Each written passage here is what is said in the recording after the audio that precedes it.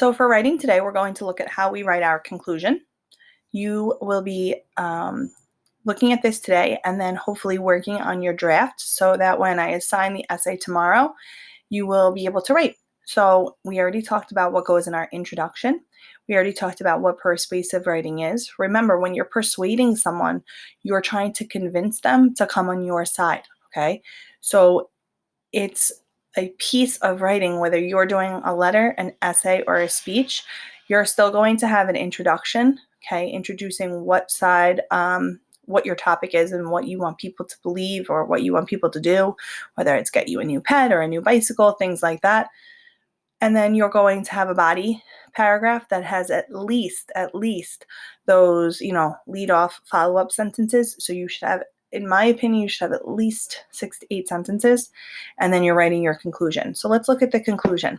So it says, what makes a good conclusion? This shouldn't say and good, it should be a good conclusion. Last paragraph summarizes your main point. End using one or more of the following strategies. Call the reader to action, anecdote or scenario, make a prediction. So the last paragraph wraps up your writing and gives the reader something to think about, okay? Especially in a persuasive, it's a little bit different. So you call to action, meaning you ask the reader to do something or make something happen. I challenge you to watch what you eat and avoid fast food, okay? Provide a solution.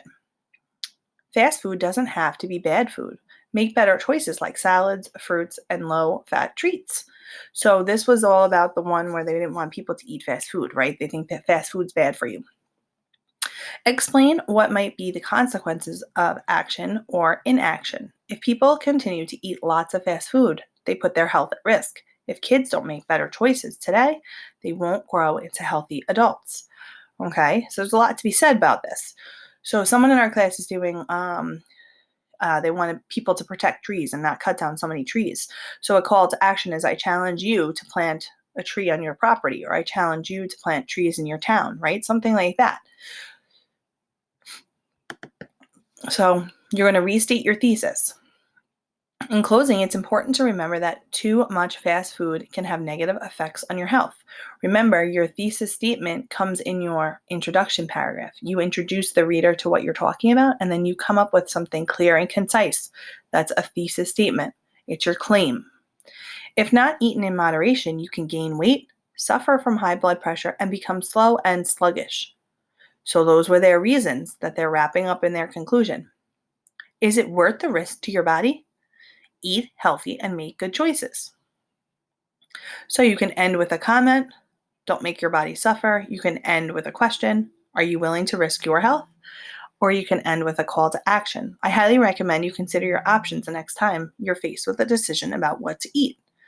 Okay, so they're trying to be very persuasive.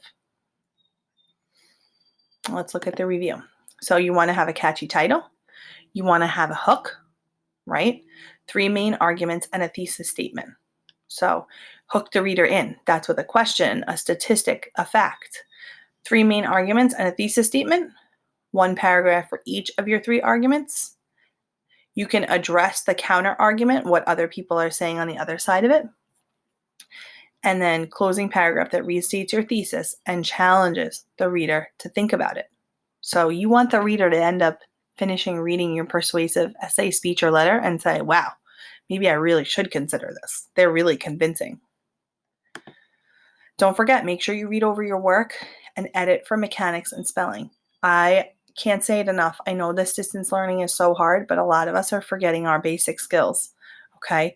You need to look for spelling. You need to look for punctuation. Include detail and great vocabulary. Follow proper format, proper heading. You don't have to skip lines because you're typing, so you don't have to worry about that. And you don't have to have a proper heading because of the way that we're typing. So you're going to just make sure you follow an paragraph format. Okay. So today you are just working on drafting in a notebook or on paper. Okay. And then tomorrow you'll be writing.